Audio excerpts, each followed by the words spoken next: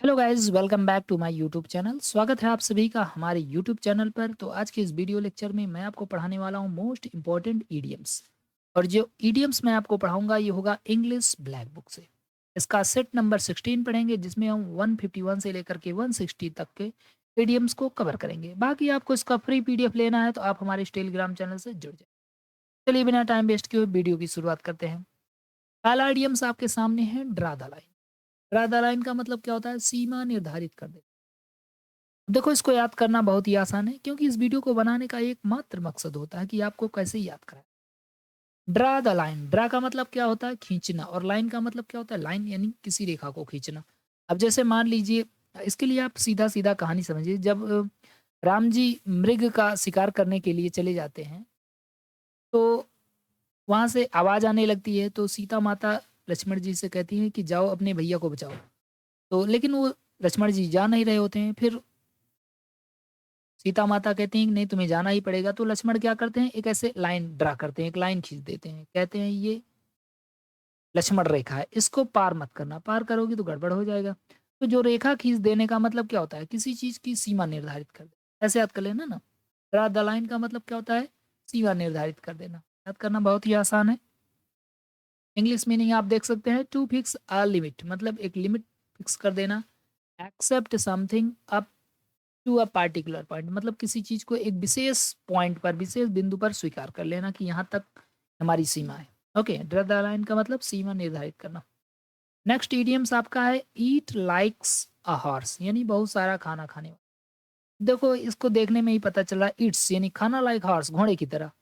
तो घोड़ा तो वैसा है नहीं कि दो चार रोटी खाएगा, घोड़ा बहुत सारा खाता है। कहते नहीं, बैल की तरह खा रहे हो, हाथी की तरह खा रहे हो, तो ऐसे हॉर्स की तरह खाना। ईट्स खाना, लाइक हॉर्स मतलब घोड़े की तरह खाना। तो घोड़े की तरह खाना का मतलब बहुत ज्यादा खाने वाला। Yeats a lot of food मतलब बहुत सारा भोजन खाना। नेक्स्ट इडियम्स आपका है every dark cloud has a silver lining, यानी निराशा में आशा की झलक होती है। तो देखो, आप यहाँ से पढ़ेंगे और आपको इसका मीनिंग पता चल जाएगा। एवरी डार्क क्लाउड मतलब हर काले बादल के बाद हैज अ सिल्वर लाइनिंग, एक सिल्वर लाइनिंग होती है। मतलब जैसे काले बादल छा गए, अब काले बादल छा गए तो इसके बाद एक समय ऐसा आएगा कि मौसम सफा हो जाएगा। कहने का मतलब ये है, कहने का मतलब सीधा सीधा ये है कि दुख के बाद सुख आता है, सुख के बाद दुख आता है, ऐसा ना। तो एवरी डार्क क्लाउड यानी हर डार्क क्लाउड के बाद सिल्वर लाइनिंग आएगी, मतलब एक साफ एवं स्पष्ट मौसम होगा। कहने का मतलब है दुख के बाद सुख का आना निश्चित है। इंग्लिश मीनिंग देखेंगे तो आपको ज्यादा अच्छे समझ में आएगा। Every unpleasant situation has a positive side, मतलब हर एक खराब सिचुएशन के बाद एक पॉजिटिव, मतलब उसकी एक पॉजिटिव साइड होती है। Difficult time will lead to better days, मतलब कठिन समय में ही अच्छे दिन की पहचान होती है। जैसे कहते हैं कि बुरे वक्त में ही अच्छे लोगों की पहचान हो जाती है।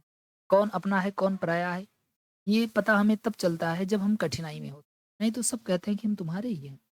तो डिफिकल्ट टाइम की सबसे खास बात, मतलब खराब समय की सबसे अच्छी बात ये होती है कि वो ये बता देता है कौन अपना है कौन पराया। Something promising is there in any difficult situation, मतलब कुछ अच्छा होता है। हर एक कठिनाई के पीछे भी कुछ ना कुछ अच्छा ही होता है। अब जैसे मान लीजिए, आप स्कूल जाना चाहते थे बस से, और बस टाइम से आती है लेकिन आप वहां पर पहुंच नहीं पाए, बस निकल गई। अब आपकी बस छूट गई। अब आप बहुत यहाँ पर दुखी हो गए कि आज मैं स्कूल नहीं जाऊंगा, कल मार खाऊंगा, ऐसा वैसा। बाद में पता चला कि जो बस है वो आगे जाके पलट गई। अब यहाँ पर तो भले ही आप दुखी हुए थे, लेकिन कहीं ना कहीं आपके मन में आशा ये होगी कि चलो अच्छा हुआ कि हम नहीं बैठे। तो अगर कुछ गलत हो रहा है मतलब कुछ अच्छा होगा। समझ रहे हैं कि नहीं? Stadiums fall flat, fall flat का मतलब होता है असफल हो जाना। अब जैसे कोई आदमी कहीं पर कोई काम करने गया, काम नहीं हुआ तो आएगा ऐसे सीधा सीधा एकदम फ्लैट हो जाएगा, मतलब एकदम लेट जाएगा ऐसे, जाएगा बहुत थक गया हूँ, काम नहीं हुआ। और अगर काम हो जाएगा तो एकदम खुश रहेगा, है ना। तो फॉल पड़ जाना, फ्लैट एकदम ऐसे फ्लैट हो जाना, इसका मतलब काम नहीं हुआ है, तभी वो क्या हो गया? फॉल फ्लैट हो गया है। मतलब सीधे सीधे ऐसे गिर जाना, असफल हो जाना। To fail to produce intended effect, मतलब अपने इफेक्ट को प्रोड्यूस करने में फेल हो जाना। टू हैव नो इफेक्ट, किसी चीज पर प्रभाव न पड़ना। नेक्स्ट ईडियम्स आप देख सकते हैं, बहुत ही इंपॉर्टेंट ईडियम्स है, 36 बार अभी तक आ चुका है, हालांकि और भी बार आया होगा। फीदर इन वंस कैप, यानी चार चांद लगाना। फीदर का मतलब क्या होता है? फीदर का मतलब होता है पंख, और कैप का मतलब क्या होता है? टोपी। जैसे आप टोपी लगाए हैं, नॉर्मल टोपी, अब ठीक है टोपी भी अच्छी लगती है, लेकिन कोई ऐसी टोपी आपको मिल जाती है जिसमें पंख लगे हों। जैसे आप अगर डांस इंडिया डांस देखते होंगे, डीआईडी, उसमें कहते हैं ना ये पंख वाली टोपी ले जाओ, इसका मतलब आप विनर हो। तो अगर आपके टोपी में पंख लग गए, इसका मतलब आप क्या हैं? जीत गए हैं, आपने कोई चीज अचीव किया है। नॉर्मल टोपी टोपी होती है, लेकिन अगर उसमें फीदर लगा हो, यानी उसमें पंख लगे हों, तो वो बढ़िया वाली टोपी है, चार चांद, मतलब आपने कुछ अच्छा किया, कुछ अचीव कर लिया आपने। इंग्लिश मीनिंग आप यहाँ पर देखेंगे तो ज़्यादा क्लियर हो जाएगा। A new and additional distinction, distinction, मतलब एक नई और अतिरिक्त डिस्टिंक्शन, मतलब आपको अन्य उपलब्धि भी प्राप्त हो गई। एन अचीवमेंट, देखो मैंने आपको बताया ना, अचीवमेंट मतलब उपलब्धि। An accomplishment to be proud, मतलब आपने कोई ऐसा कार्य पूरा किया जिस पर आप प्राउड कर सके। ओके, नेक्स्ट इडियम्स आप देख सकते हैं, fight sigh of me. Fight sigh of me का मतलब होता है मुठभेड़ से बचना। इसको आप ऐसे याद कर लीजिएगा, टू अवॉइड इनकाउंटरिंग, मतलब किसी चीज के सामना होने से बचना। तो कोई आदमी अगर साई है, साई मतलब क्या होता है? शर्मीला, बहुत ही शर्मीला है, तो वो किसी के सामने इनकाउंटर होने, इनकाउंटर का मतलब होता है सामना होना, तो किसी का सामना करने से क्या करेगा? वो बचता फिरेगा। नेक्स्ट इडियम है आपका, गेट ऑन समबडीज नफ्स, यानी किसी का दिमाग खराब करना। देखो बहुत ही आसान है, गेट ऑन समबडी नफ्स, नफ्स का मतलब क्या होता है? नस। अब किसी की नस नस में समा जाओ और उसको परेशान करो, तो आदमी कहेगा वो ये ख्याल मेरे नस नस में चढ़ गया है।